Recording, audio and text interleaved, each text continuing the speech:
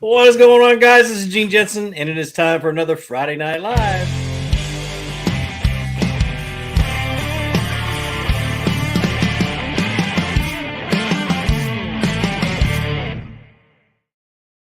What is up? What is up? How's everybody doing? Goodness gracious. I'm tired of the heat. Tired of the heat. Welcome, everybody. It is hot. I don't know what else to say. I haven't been fishing because it's been hot. I've been working out in the yard and stuff like that, sweating to death, but let me straighten up my hat, make everything look good. So, how's everybody else today? It was 97 degrees here today. I'm currently wearing my fourth shirt of the day. My wife decided it was time to go pick the vegetables about a half hour ago. So we ran out to the garden, picked all the tomatoes and peppers and okra, and then I had to change shirts again. So it is what it is. But yeah, I got a lot of stuff going on just around here, around the farm. Got chickens. My chickens are just starting to lay eggs, my new ones, and been getting everything ready for them, and then working on my new Lowrance electronics on my kayak, getting them up and running, finishing rigging them and learning them. Goodness gracious, that's the worst thing about changing electronic brands, is learning new systems, learning new menus and everything else. But so far so good. I'm just got to get a little bit of breeze going on, so I feel like getting out on the water. So 101 today in Amarillo. Goodness gracious. It was 72% humidity here, so it was probably heat index was easily up in the 105, 107, something like that today. But it was just 10 minutes in the shade and I was dripping sweat. So 106. Good grief, 106 degrees. Well, it is July, almost August. So did I sell my live scope setup? Not yet. I'm going to wait till I get everything figured out on these Lowrances. Just in case, I have everything set up to where literally I could take the Lowrances off and drop the Garmin's in and just go. And so I'm doing that. But it's just different. But like if I have a guide trip pop up in the next couple of days, I want to, and the Lowrances aren't anywhere near ready. It's going to take me probably 3 or 4 days on the water of zigzagging and making new maps and things like that to get to where I can guide out of it. So I'll probably, if I have one next week, I'll pull the Lowrances off and drop the Garmin's back on. So, oh goodness. Hotter than a chimichanga. That's funny. Yes, it is, Star. It is for sure. So, but how's everybody doing? Sorry, I grabbed a piece of ice when I drank, so I had to chew it up. Goodness, 78% humidity in Connecticut. Now that's weird. It's usually not that much humidity up there. So, but if we could just get some breezy days, because we've had, I think this week it's been super hot, but no wind at all, none. And so not even in the shade does it feel good. And so I know the bass are miserable.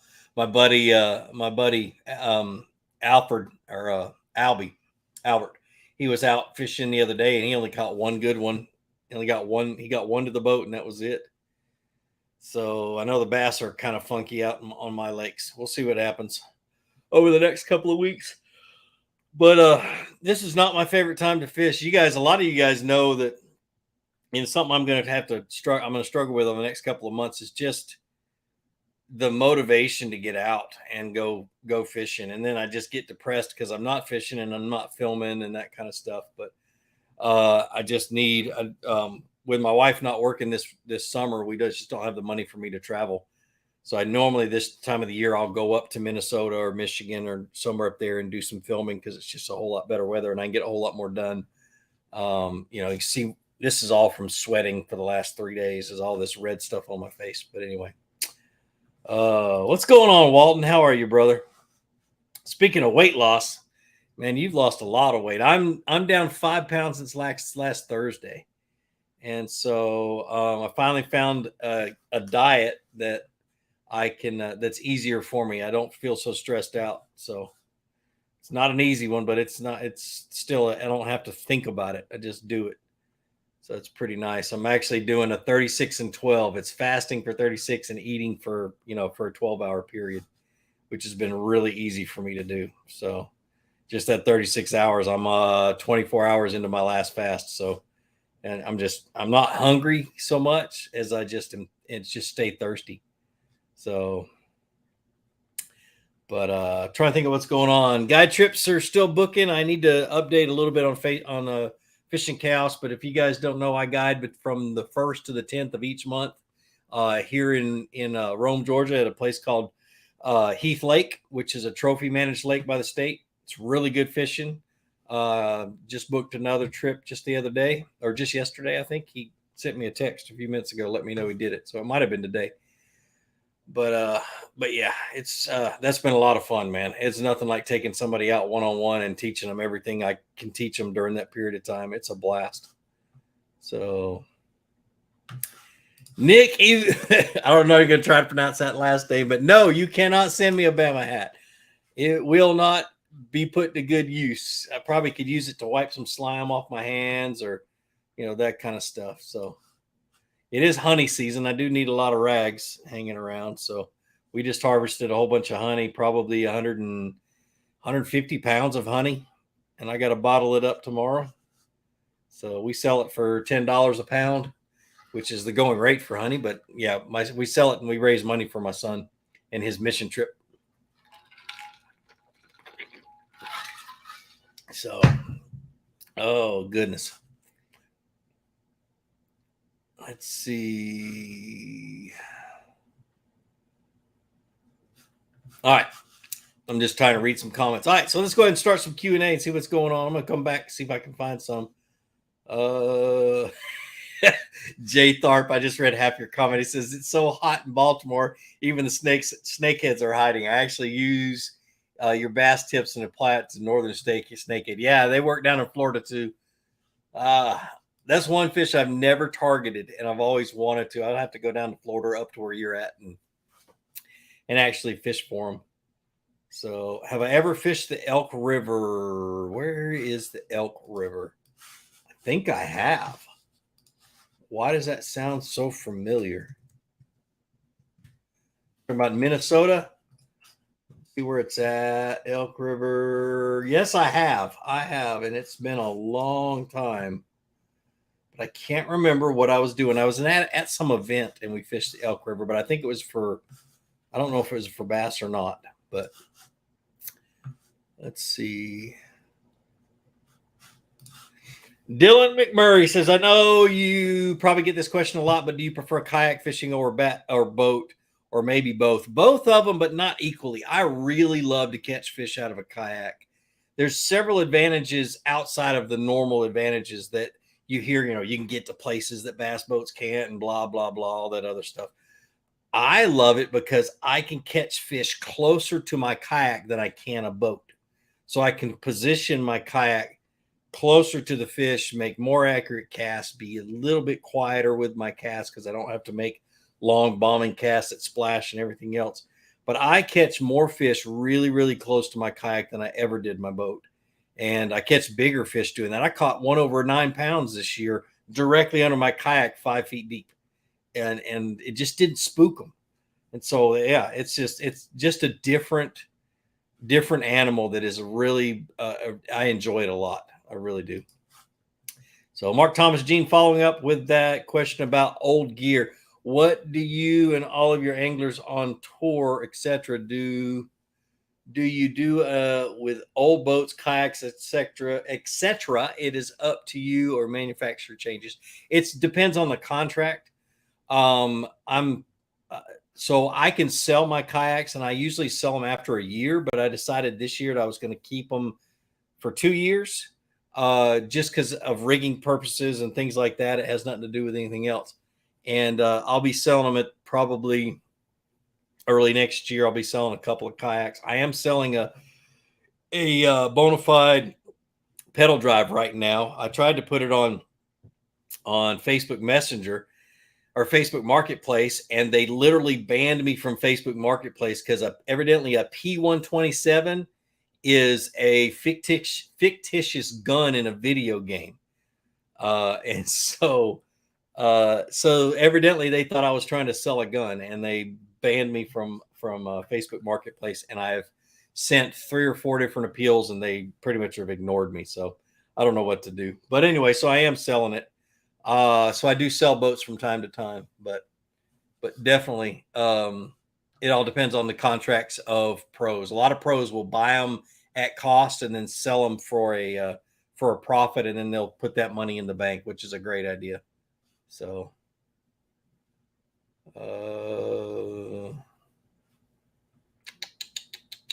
let's see. Alan Fowler, what's going on, man? He says, I've about given up fishing topwater frogs. I've trimmed the legs, bent the hooks, used braid on a bait caster, wait at least 5 seconds before setting the hook, and set the hook. Yeah, dude. Gosh, I'd have to sit there when it gets that bad. I'd have to actually sit there and watch you do it and try to figure it out. Another thing I've found out, that a hook set directly over your head, you will lose a few more fish than you would if you set the hook off to the side just a little bit. I'm not talking about 90 degrees straight out, but up over your right or left shoulder, whatever your strong shoulder is. And it usually works pretty good. So who donated $10? How did I miss that?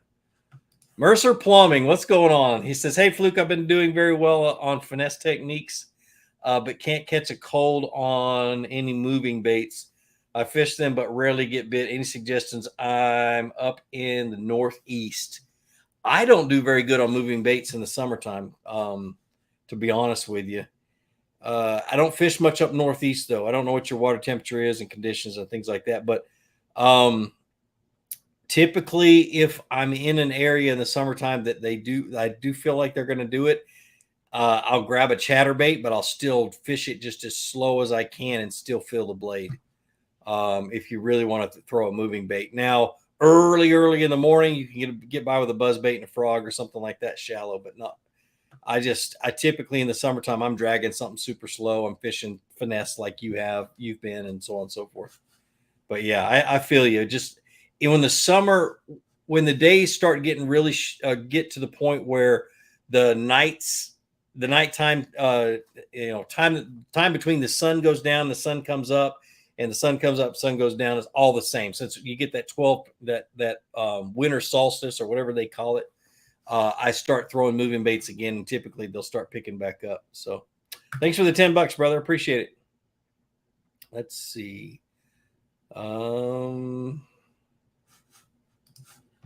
Robert, this is one about a chatterbait. Robert DeYoung, he says, I committed to fishing a chatterbait this month. I was rewarded with a 20.5-inch toad in a park in the middle of Phoenix on Sunday. That's awesome, brother. 20.5 inches. That is an absolute stud. Awesome. Oh, goodness. We got some Bama and Auburn fans in the chat today. Let's see. Where's my son going? Actually, we don't know yet. He's saving the money up. He's a freshman or sophomore this year, so he'll go after he gets done graduating. But he has 2 beehives that he keeps here on the farm.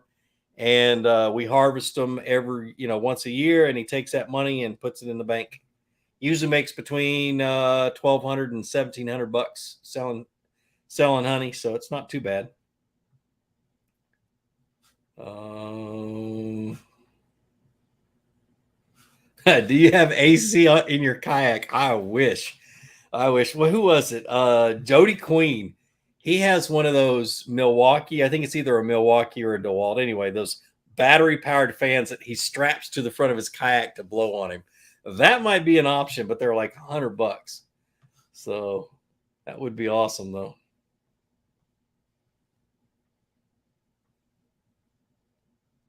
Let's see. Fluke Master, what's the best month to book for a trophy? So right now, Gramps, if I'm fishing. So like Albert, the one he caught the other day was 20.5 inches. And if I'm there every day and I've found the school of big ones, my time of the year for me is between late May through July into August. So like August a couple of years ago, I was catching 103 inches a day. I was catching giants. And so it just all depends. But summertime for me is usually pretty good. I just have not, you know, I got more energy now that I'm on a diet, but before I got back on my diet, I just was not in the mood to go do anything. So I've kind of been away from the lake a little bit, and with these electronics and stuff. But best time of the years is summertime for me, and then we can also do a little bit of a spawn fishing when they come up to spawn, but that's touchy.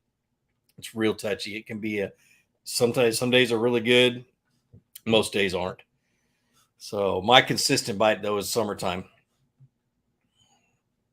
Florida man Chowder, what's going on, brother? He said, "Good evening, Fluke Master. First time jumping on the live, but long time follower. I appreciate you, brother. That's awesome." Choo Choo Vasquez, that's a cool name. I like that. He says, "Hello, Fluke Master. How's life? I'm doing good. Just hate the heat." What's your recommendation for a $60 bait caster? I would not go below 60. To be honest with you, that's like my very bare minimum. Lose makes some good 60s. 13, I don't know if they still make the Origin or not. Let me look real quick. I'm sponsored by 13, so I'm going to look anyway. So, reels. Let's see. Let's see if they still make the Origin. Concept. Inception. They've got the Origin F1 that's a $60 reel. I have used that one, and it's not bad. It's not a bad one, but it's it feels like about an $80, $85 reel. The Origin R1 is a $50 one. Hold on a second. Let me looking through my camera trying to get it do this. There we go. So the Origin R1, it's not. I've had that one. It was okay. It's a $50 reel, but if I was to really try to look it up, it would be an F1, an Origin F1, if I was going to go 13 fishing. So there, I got my sponsor plug in. All right. So, here's a big question. Hold on, Mike Watkin. Come on. There we go. Hey, Fluke, I'm from Chicagoland and like to fish the Fox River. Water levels have been really low with lack of rain. I haven't been fishing because I don't want to stress them out anymore. Do you think it actually matters? Any tips for low-level rivers? It really doesn't. If it's just low-level rivers, it doesn't stress them out. It will push them into deeper holes and then out of the current. Try to find places out of the current and that kind of things. But it's hot weather, lack of oxygen, that kind of stuff really stresses the fish out. And the way you can tell that they're stressed out is look at their gills when you catch one. If you catch one and their gills are pale, like a pink instead of a good bright red, then they're stressed out. If the tips of their tails and their fins are bloodshot, then they're stressed out. You get that a lot down here in the South in the summertime. You'll see me when I catch a fish here. I literally will not leave it out of the water for more than 25, 30 seconds. And so if I've got to measure a fish, I do it fast, get him back in the water, and I have about a 6-ounce weight strapped to my fish grips. And it allows me to lower that fish back down to the depth it was at, because that's the only depth that it has usable oxygen, and keep him down there while I'm checking everything. So I don't want to keep them up in that hot water that doesn't have any oxygen, because it really is bad. But you'll notice they'll get really, really bloodshot in the fins when they're stressed out. So,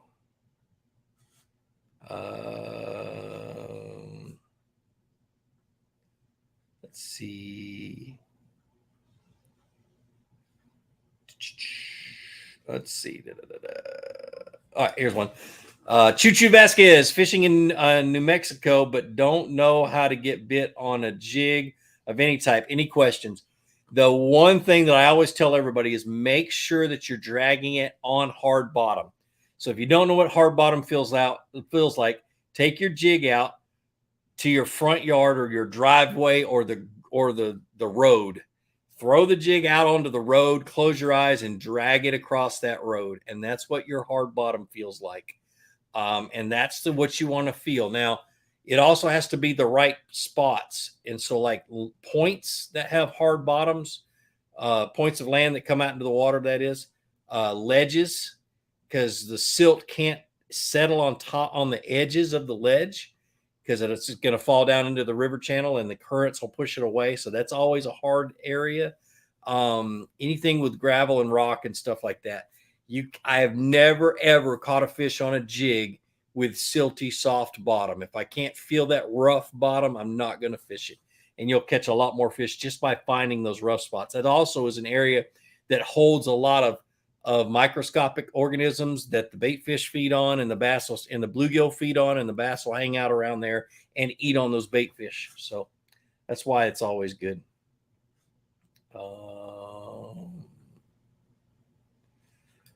Terry Cletus Kleeblatt. Hey, I'm new here. Thanks for teaching videos. I'm local Jackson Lake, south of Atlanta. Bill, I know right where Jackson Lake is. Matter of fact, old open air barbecue is one of my favorite places to eat in Georgia. I grew up in Covington, so Jackson is where I used to fish those night tournaments down there a lot when I lived in Augusta, and gas prices weren't out of this world. So yeah, man, I love it down there. A lot more spotted bass there when there now than it was when I was fishing. So, out of all the bass fishermen, who has the biggest PB and what is it? So, Ryan Lamb, the kid that used to live with me, who OD'd on heroin right after I let him go back home to his mom and dad, or his mom's. Well, go to his family's house. He didn't go to his mom's house. Anyway, he went to his family's house. Anyway, so he at 11 or 12 years old caught a 14-pound 7-ounce bass out of a neighborhood pond in the wintertime on a spinning rod and a trick worm. So that was the biggest one I've ever heard caught. I've got pictures of him somewhere holding it. It was a giant. That boy telling you, he could catch them. He could flat figure out the big fish. It was amazing. So I miss him every day. I definitely do. He was like a son to me. And he called me one day and said, I need help. And I went and picked him up from whatever house he was living at and took his, he didn't have a car, but basically made it to where he lived in my basement. I got him clean. He detoxed and had him clean for 83 days. And he wanted to go back and visit family. So I let him, and he OD'd that night. So, since Alumacraft stopped making boats, which company do you recommend? I really like Express Boats. If I was to go back to aluminum, which I may in the future go back to aluminum boats, I'd take a hard look at Express Boats, mainly because they can handle larger motors. They have a pad you can run plane on and stuff like that, which Alumacraft didn't. But if Alumacraft ever starts making all welds again, I'll stay with them. So I'm a pretty loyal person when it comes to that kind of stuff. So let's see.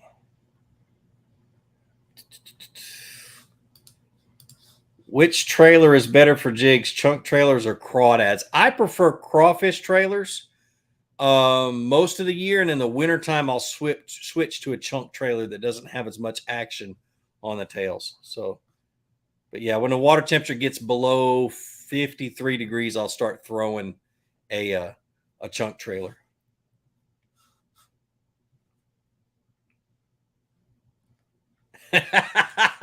Mark Thomas, you out of your ever loving mind. He says, Gene, I'll trade you a Ryobi 18-volt clamp fan for that P127. Okay, fine. I'll throw in 2 extra batteries. That's almost how much it's worth. Oh, goodness. That's hilarious. What's your thoughts on swivel seats on a kayak, and why don't we see more available? Dude, I would love to have one that at least swivels, 25, 30 degrees one side or the other, just to make it easier to reach behind you and grab your tackle. I sit side saddle in my Bonafide a lot, and so I think a swivel seat would be great.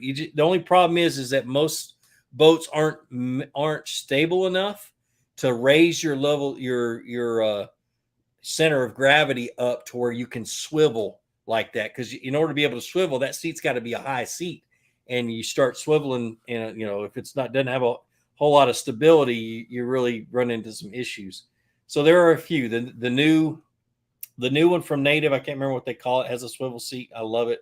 And then there's a new canoe that has a swivel seat, and people that fish out of that love it too. So yeah, I'd love to see more of them.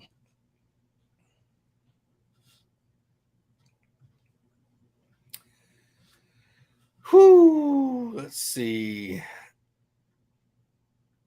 Here's somebody that says I bought an Origin C after watching one of your videos and love it. That's awesome.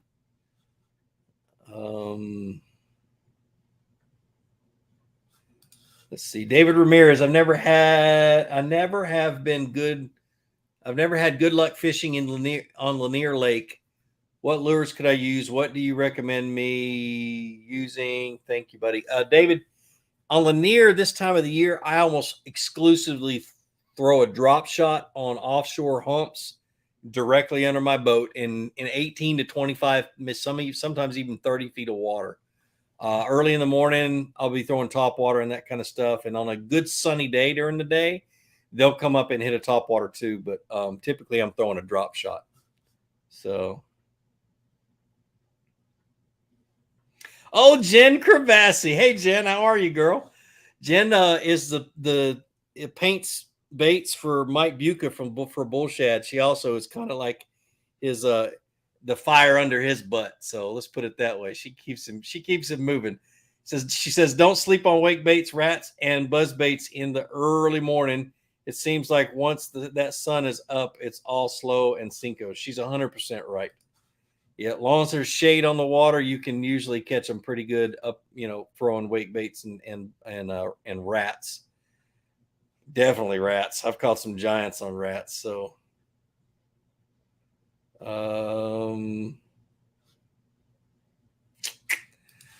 what's your top lures for fishing and skipping docks? Cinco, a Arky head jig, or there are some companies now that are finally making jigs that are called skipping jigs, which are basically an Arky style jig that's rigged up right. There are some tricks with a jig you can do, like spread the skirt away from the bottom of the jig, and also reduce the number of strands in the skirt in the actual skirt on the jig to where it doesn't have as much bulk and it doesn't get in the way. So,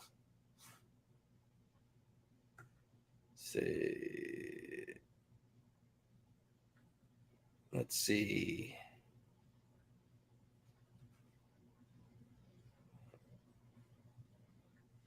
Who donated $5 before I go any further?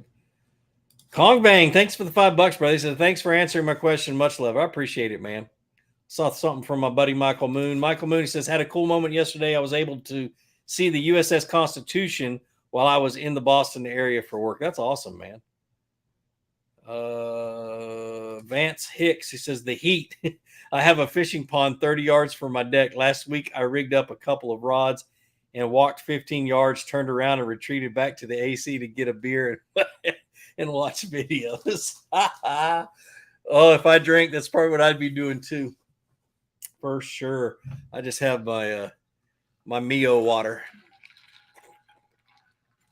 But yeah, man, I'm tired of this heat. I always get tired of it this time of the year. But it threatened to rain today. It really did. It looked like it was going to, and then nope, it was gone. So Grant Henderson, what's going on, brother? He says, "What's up, Gene? Glad to see you doing well. Enjoyed your deep dive video into your kayak. I appreciate it, man. I'm going to do another one here now that once I get everything all rigged up. So,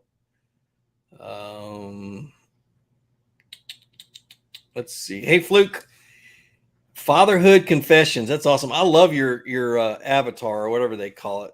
Your profile picture. That's pretty cool. He says, hey, Fluke, is there a different approach when fishing ponds versus creeks? If so, what are they? Oh yeah, there is. There's hardly any current in a pond. And also, most ponds have real soft bottoms, so I'm not going to throw a whole lot of bottom baits. I may throw something that is a bottom bait, but keep it moving above the silt. So, like a Ned rig, for instance, I always throw a Ned rig on ponds, but I'll throw it out, let it sink till it hits the bottom, but then I'll lift my rod up a little bit and I'll just start to reel super, super slow. And what that does is it makes that Ned rig come off the bottom, and then you just swim it right above the silt, and that's a lot of times that's what'll that's when they'll hit. So that kind of stuff. Creeks are it's current, so the bass are going to get into and behind things that break that are slack current. They'll get into eddies, they'll get onto current seams and stuff like that. A little bit easier to pinpoint where you're going to cast and where the fish should be, but they're going to be a lot more scattered than they will on a pond. A pond will group up, especially in the summertime. So boomstick. Why do you call boomstick? I wonder why. Huh. Anyway, hey Gene, I'm thinking of going with a pedal kayak. Refuse to go motor. Need the exercise. Any suggestions? I'm selling a P127, a bona fide P127. It's only been used 3 times, and it's I'm selling it for $1,000 off of retail just so I can get rid of it. But yeah, definitely. I don't mind a pedal drive. I can only do a Hobie though. Just the way my hip is, I can't do this. I've got a torn labrum in my hip thanks to the United States Army, and so any kind of that kind of motion tends to aggravate that, and I'm on Motrin for the next 2 weeks trying to get make it to where I can walk again. So that's the reason why I'm selling it. There's nothing wrong with it. I just can't use it, so it's just going to sit in my barn and collect dust. So anyway, let's see. Curious if you had any chance to try the new Z-Man Hellraiser topwater bait. If so, what's your recommendation on rod, reel, line, and setup? I have tried it. I don't have my own. I tried somebody else's. So what I would do is I'd actually use a medium, heavy, moderate rod is what I would throw it on. And I like the new small one that they're coming out with. It's not out yet, but I messed around with it at iCast. I really like that size better than I like the big one, but that's my own personal preference. But yeah, medium, heavy, moderate.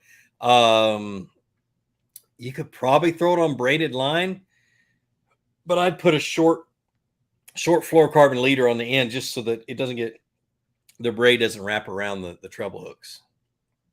So either that or use mono, but or the other option is use straight fluorocarbon, but just hold your rod up high like I do a buzz bait, and that way, because you really don't need to lay the line on the water for it, because it has its own action. It creates its own action. So you don't need to pop your line or anything else. So I think it's a great bait though. I mean, literally, especially if it's somebody beginning that wants a good action, good topwater action, literally all you do is throw it out, reel it back in, and it does itself. So what's the best lure for grass near the bank? Emergent grass that's on top of the water is going to be a frog. Submerged grass, it's going to be a swim jig, is what I would throw if I had to work it through the grass from the bank, because a swim jig, it rarely ever gets hung up, is the biggest thing. So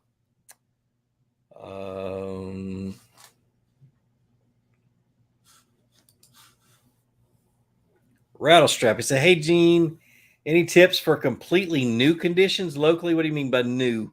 So I've almost lost all confidence because waters are clear with tons of grass compared to a few years ago. Oh, I gotcha. It's like new lakes and reservoirs here. So with grassy reservoirs, I always, especially in the summertime, I focus a lot on the outside grass line. Locate that outside grass line, and that's a highway, a super highway for the fish, both bait fish and bass. And work those outside grass lines, especially if you find an area that sticks out a little bit further than the rest of the grass line. And that creates a point, and it's an ambush spot. And a lot of times bass will come in on that. So definitely I'll spend literally on Gunnersville right now, which is a lot of grass. I still will focus mainly on that deeper outside grass line. Early in the morning, I'm on the inside before the sun comes up, but on the outside the rest of the day. So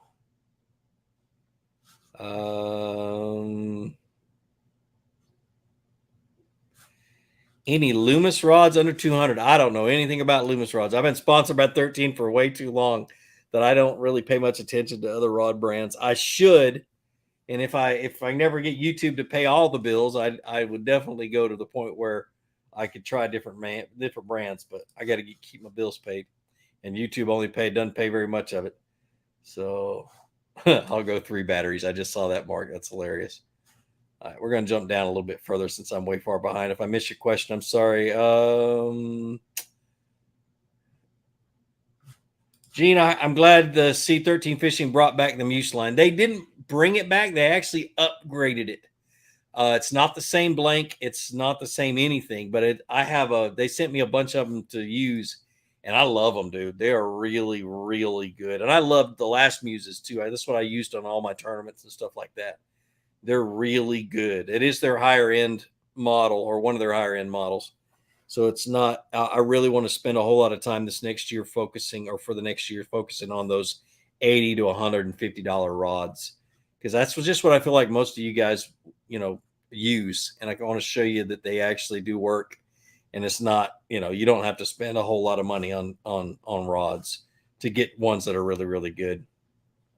Dude, I wish I could compare a $100 rod from 20 years ago to a $100 rod now.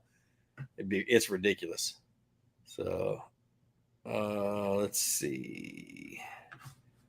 What are eddies? Eddies are, you get water that rushes past a rock, and you get that swirl that's on the backside of rocks.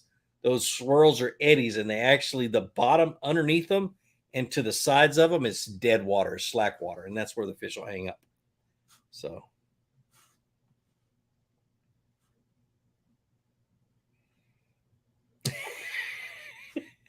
I'm not even going to say anything about that comment about the lifetime kayak. Oh no, I'm not, that's all I got to say.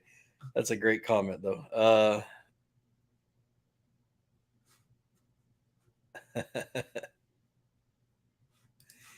Thinking about entering my first kayak tournament. Any tips? I've got a video about that, about fishing your first kayak tournament. I'd go watch that. It's got all of the tips. The biggest thing is what I always recommend to people is, if you want to enter a kayak tournament, you want to get into kayak tournaments, start off fishing the KBF challenges that are a month long. They're only against other people in your state. They're only like $45, $50. They're not much at all. And it gives you the opportunity to make all the mistakes without everybody knowing it. And so you figure out how to put them on a measuring board and how to keep them from flopping off. And, you use a fish grip. And I always recommend you guys use the actual real fish grip. And I usually have one somewhere close by, but the actual fish grips that are made in Mississippi are the best ones. I've never lost a fish on them. Most of the other ones I have, and I've tried a lot of them. But anyway, learn all that stuff before you start pushing, getting into those bigger tournaments that cost more money and that kind of stuff. So definitely a good idea though. Chris Castile, any tips fishing a Ned rig? I have a love-hate relationship with them. Do it the way I talked about it just a minute ago on the ponds. Let it fall down to the bottom, slowly reel it back in. You can shake your rod tip a little bit, or you can do a lift and fall, where you just lift it up and let it pendulum down, and then reel in the slack and lift it up, let it pendulum down. They'll bite it like that. It's a do nothing style bait though. It really is. You'll catch them. But I fish them. I've mainly fish all mine on ponds nowadays. So let's see. Yeah, if any of you guys, Adam X says you in Georgia, I'm in Texas, I'll buy it cash. You come on over and pick it up. That'd be great. I might even meet you halfway.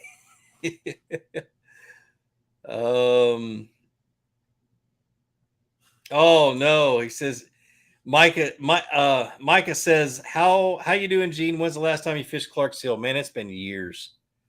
I think it's probably been 6 or 7 years. I really need to get there in the springtime, early spring, when I used to love to fish it like in February. I'd like to get there and do it again. I know it's totally different now than it was back the last time when I used to fish it all the time. There's a lot more spotted bass there, which is a shame. So, What's your go-to bait when it's really hot and the bite is off? Would be a Texas rig with a Zoom old monster on it, dragging it so slow you could eat a full meal by the time you get it back to the boat. Definitely offshore structure, offshore hard spots on the bottom. So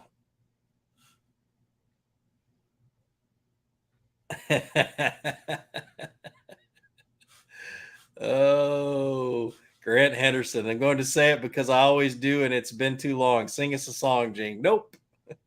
I do have a jam session next week sometime. What's next Saturday, I believe. I'm going to go to a buddy's house. He's got a whole band set up, and me and a few other people from church and and my wife and my daughter. We're just going to go jam for several hours and see how many songs we can sing. That's what I love doing that, guys. I really do. Most people don't know that, but I took voice lessons when I was a kid, and I love to sing. I sang when I was in the Army. I used to sing a lot of country music back in the day. It's been a long time though I sing at church every once in a while, but nothing like I used to. So, what would you use to patch a kayak that's got a slight hole in the nose from the boat ramps? Look up plastic welding. Look up patching holes on YouTube. There's a lot of really good videos on the different ways you can do it, and pick the one, of course, that you don't need to like have a big old patch. You just, a lot of times a heat gun and wipe it over the hole or whatever else. So there's lots of holes on how to patch a kayak. So what 13 rod would you recommend for skipping jigs under docks? I typically throw 3/8.5 ounce. The shortest medium heavy that they have is what I would recommend. And I think they have a 6/8, if I remember correctly. I'm not going to look it up, but I think one of their models is like a 6/8 medium heavy. That's my jig skipping rod. So I helped them design one years ago. They don't make anymore, but it's a 6'5" heavy. It's actually a frog rod, but it's actually a really good skipping rod too. But they don't make that anymore. I was the only one that could sell them. And none of the big box stores wanted them and wanted to carry them because everybody thought that a frog rod needed to be 7'3", 7'4". So, and I've proved them wrong many times. Do you know if 13 Fishing Goes are going to restock the spinning blackout? I don't think so. I think they got something else coming down the chute.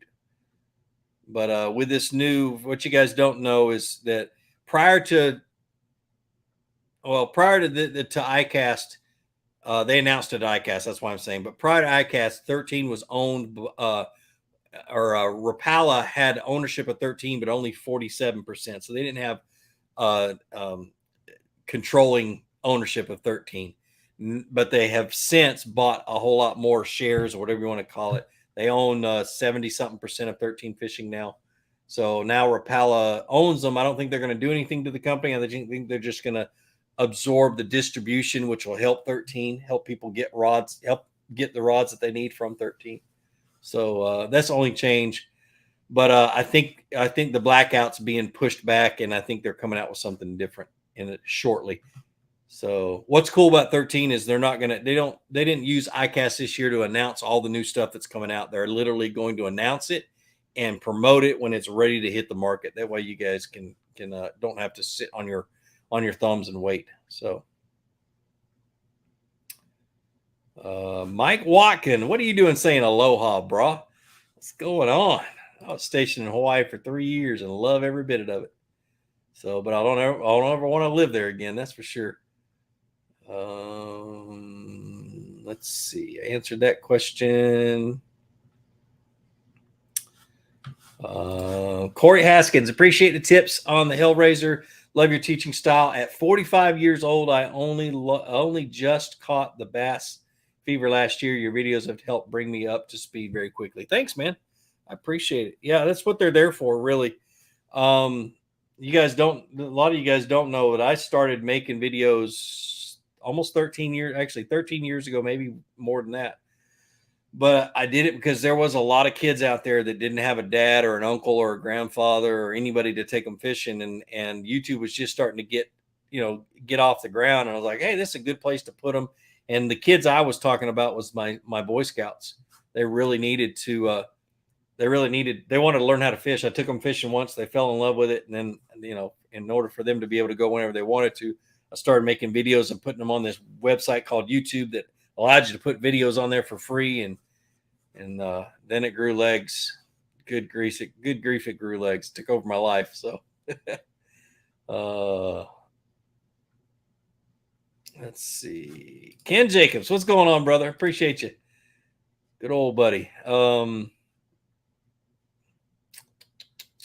It's a good question, Wes, and I've answered it a little bit, but he says, what's everybody's go-to bait for the dog days of summer? So when it gets super hot, I slow way, way down. So I'll go to a jig or I'll go to a worm, but I'll drag it super slow if I'm on a lake that has no grass.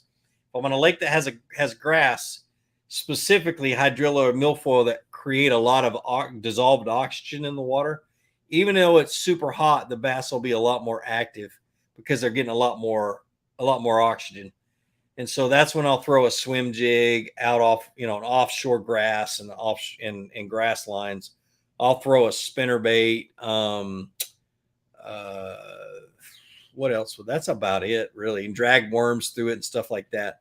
But if it doesn't have any grass, I'm dragging super, super slow on offshore drops and ledges and things like that. So,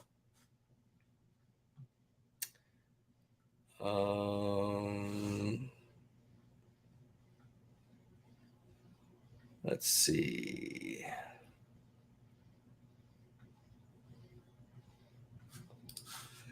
Paul Godinitz, I think that's how you pronounce your last name. He says, what's your rule on what bodies of water to keep fishing from for eating? I don't think it matters much on big lakes. On little lakes, I try to keep, if I've got permission from the landowner and we've done somewhat of a fish survey to see, and if he wants to grow big fish, I'm keeping everything under 14 inches or everything under 12 inches if they're largemouth. But for me, for eating personally, I like crappie and bluegill. And so that's when I switch up. And in the wintertime, I'm fishing for crappie and bluegill and trying to catch as many as I can to put them in the freezer.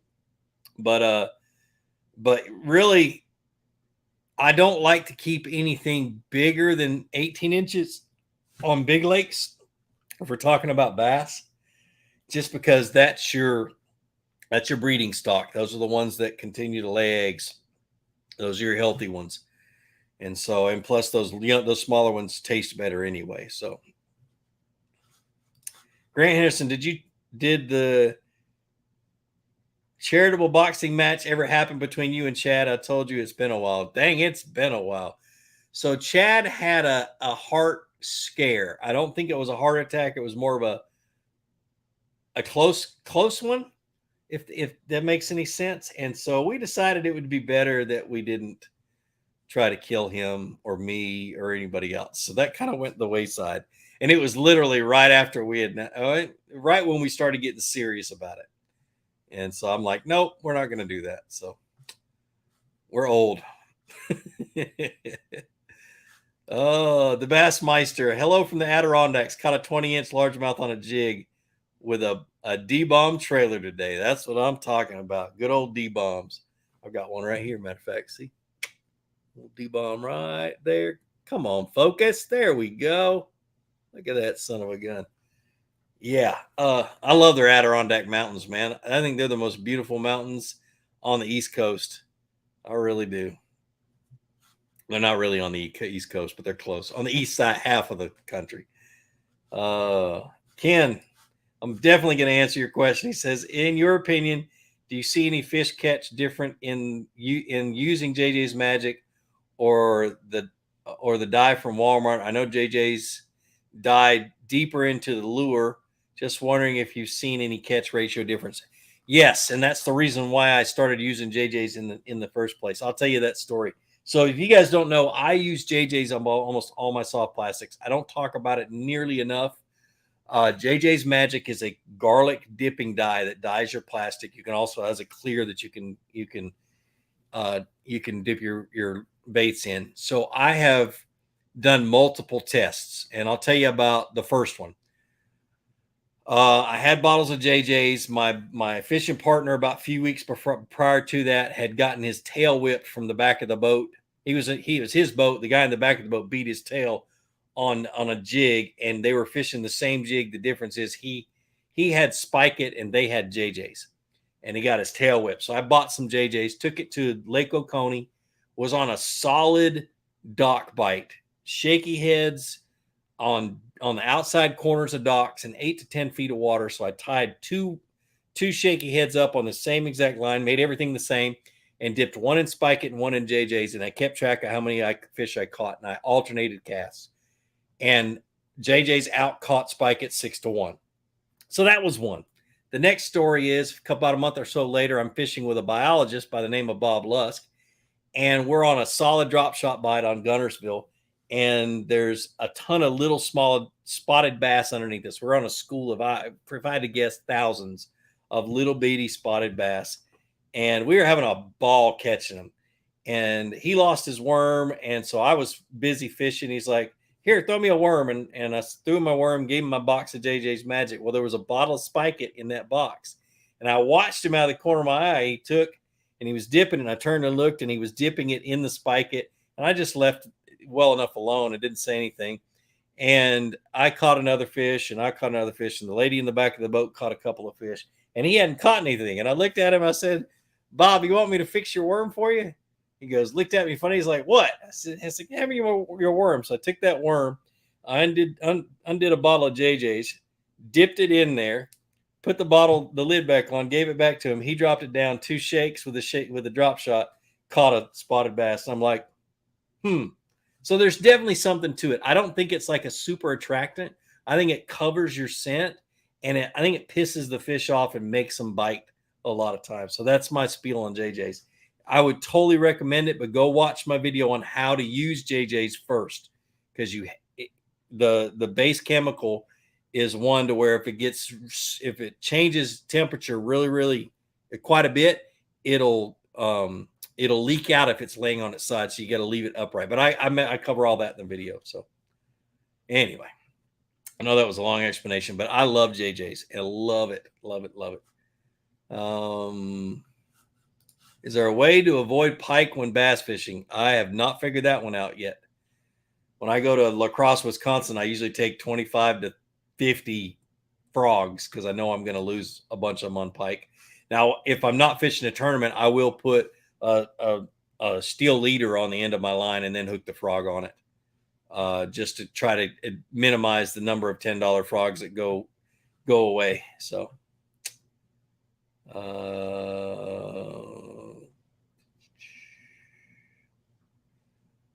let's see.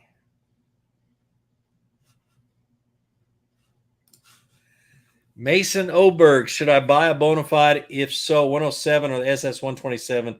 Haven't made up my mind. I like the Hobies, but too expensive. And I think the Bonafide is a better platform. I love them, and I'll tell you the differences between the 107 and the 127. I use a 127 because of storage. I have a lot of camera gear. I have a lot of tackle, a lot of batteries and that kind of stuff, and it works really good with a motor. It's a little more stable than the 107, mainly because of length. And the 107 has a little bit more what's called rocker put into it, but just know that it's just the 107 is a little bit more tippy. Not so much that it's uncomfortable, but it's just there's a difference. The cockpit is the same exact size as the 127. It's just shorter on the front and the back. It's a foot shorter on the front and the back. If you're going to paddle, I would get the 107, and I would also get flex wings with it. If you're going to mount a motor, I'd get a 127. And so that would be the two. If you're a big guy, if you're like 230, 240, I'd more go for the 127, but I fish a 107 just fine, and I'm 250. So if you're around 300, definitely the 127. But like I always tell people, go out, see if you can find a dealership that will let you borrow one, or has a demo day or something like that, and you can go paddle one, or just find somebody that has one and ask them, hey, can I go out in your kayak for a couple of minutes? 9 times out of 10, they're going to say, okay. So, Justin, no, I'm not fishing swim baits this time of the year. I'm dragging worms and jigs for sure. ATL Clutch, man, thanks for the $5. He said, what speed are you fishing chatterbaits when it's super hot? I know it's good all year, but the struggle this time of the year. Also, go Dogs and Braves. Super slow. I'm trying to keep it on the bottom, but still feel the blade, if that makes sense. And then I'm also trying to fish it on hard bottom that's at the right above the thermocline. So a lot of times I'm throwing a half ounce. I've even got 1.25 ounces that I'll throw if they get super deep. So it's tough though. It really is tough. I'd much rather just drag something and wait for those big ones to bite. So Ken says, do you have any opinion on the DC reels? On the edge, I've watched the videos and I can't get over the hum. The hum's really not that big of a deal. Now, for my liking, or for my experience talking to people who have owned DCs, I've had a buddy that bought 4 or 5 of them when they first came out and sold them a month later because they were too different. The one thing about a DC you got to realize is that the adjustments on a DC are different, are not the same thing as the adjustments on any other reel. It's not like a drag adjustment. It's different settings. So read the directions on a DC.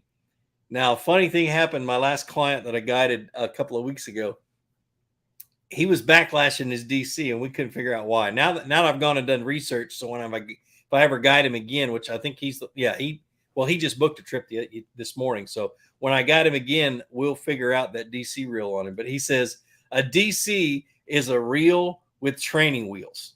Is exactly what it is. I almost lost my mind when he said, I laughed so hard. I was like, with training wheels. And I got to thinking about it. It really makes sense. A DC, because it doesn't backlash when you have it set right, is just like a reel with training wheels. It is. But like I said, there's some that like it and some that don't. But just understand that those settings they're not like your normal brake system on a reel. So let's see. Bassmeister, do you make your own soft plastics? No, I don't. No reason to. The money to get into making soft plastics it would be way too much for me. So I did talk to Do It Molds at ICAST. Matter of fact, they grabbed me as I was walking by, and I might do a few videos for them this next year on lead, on pouring lead and stuff like, because I do still make my own sinkers and some of my own jigs and that kind of stuff. So I might contact them, see if we can't do anything, see if they can send me some molds that I don't have, but I have a lot of Do It molds. So let's see.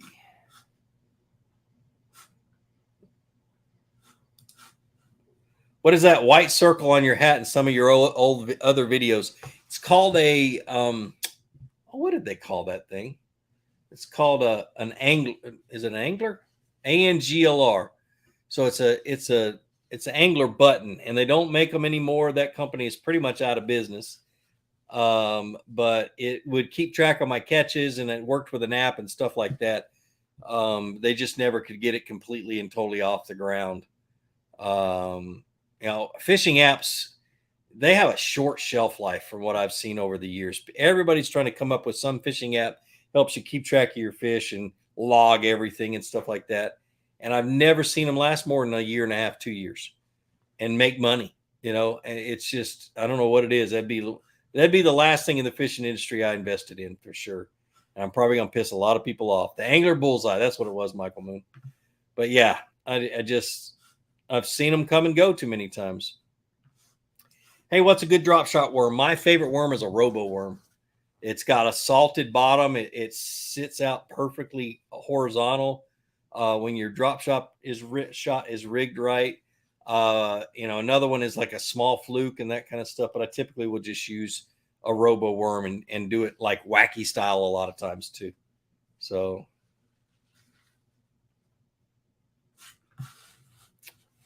Hold on just a second.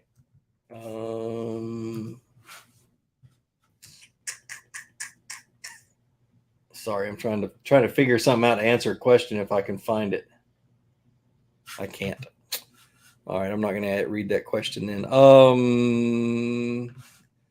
Christopher Parker, he says, hard for me to change lures techniques when I'm catching fish in a tournament, but need a bigger bite. Can't seem to put down a lure that's catching them at the time. Any advice? You got to do it. That's the best thing I can tell you is you see a lot of guys, they'll catch a limit and they've done enough research on the lake. They understand what they need in order to do a good, get a good limit on they'll catch a limit and then they'll switch to a jig, and jigs catch bigger fish. Bar none, jigs catch bigger fish. I've tried to prove it wrong so many times and not been able to. And you can fish the same area with a jig a lot of times, no matter how you're fishing it, swimming it, hopping it, dragging it, whatever, you're going to catch bigger fish on a jig. So what I would do is I'd stay in that same area, put your lure down, and grab a jig and start fishing. So let's see. Deft pattern. I like that. He says, I'm new to fishing. I'm a new fisherman and I've caught the bug. I go every night after work for an hour before it gets dark. Just had the biggest bite of my life in the creek. I think it was a pike going back in the morning. That's awesome, man. Stay with it. It's worth it. Learn everything you can, but spend a lot of time on the water, because you'll never learn more than you will while you're out in the water doing your own thing. So what brake settings do you use when skipping? I usually back off just a hair. So I'll set it the way I normally do, where when you release the cast control knob, it just slowly falls down, but then I'll go just a little bit looser than that. The biggest thing with skipping is make sure that after you make your cast in like a in like an L pattern. So you make your cast low to the ground, but after it hits the water, you want to follow through with bringing your rod up like this. There's an old video from Gerald Swindle showing people how to do it that's perfect. Where you just, and I think it's on, I can't remember what YouTube channel he did it on. But anyway, low to the ground, but just follow through. Don't stop your rod. Follow through by lifting your rod up, and you'll get a lot less backlashes. So, thanks, Jason. I appreciate you, man. I really do. Here's some more story or more about that big fish that thuft pattern. Anyway, where he caught. He says, I was throwing a frog for a half an hour and didn't get a touch. Then I threw my Texas rig and hooked something so big it snapped my line. Been there, done that, bro. I definitely have. So, what's your thoughts on dirty jigs? They're good. They use good hooks, good components. I love that the majority of their skirts are not super thick. It's a good company, really is. So, Brandon Bonnell, jigs do catch bigger fish. Are you still using greenfish tackle jigs? Some of them. My buddy Damon got me hooked on tungsten jigs. So I really have fallen in love with the Picasso tungsten jigs, mainly because they've got a really light wire hook. So I don't have to crack them. I don't have to set the hook hard. I just start reeling and lift up, and it hooks them for me. So I'm not blowing their mouth open with the jig head. And plus it's a smaller jig head too. I just catch more fish on it, and they're smaller, compact jigs. So really like them. I have a whole box of them now. So yes, Sean Pescatelli, he was right. He said that G-Man video, that Gerald Swindle video, was a wired to fish video. Yep. Long time ago, many years ago. So all right. I'm going to jump off of here, guys. I've got to go to the restroom with my diet. I'm drinking a lot of water, and my back teeth are floating, but I really appreciate it. Love every one of you. Those of you who donated through Super Chat, I appreciate it. You can catch this episode on my podcast, And I will see you guys later. I appreciate it. Like I always say, be sure to introduce somebody to fishing. Introduce them to my channel. Let me help you teach them how to fish. More importantly, get out on the water, go out and catch some fish, and have a great day. We'll see you.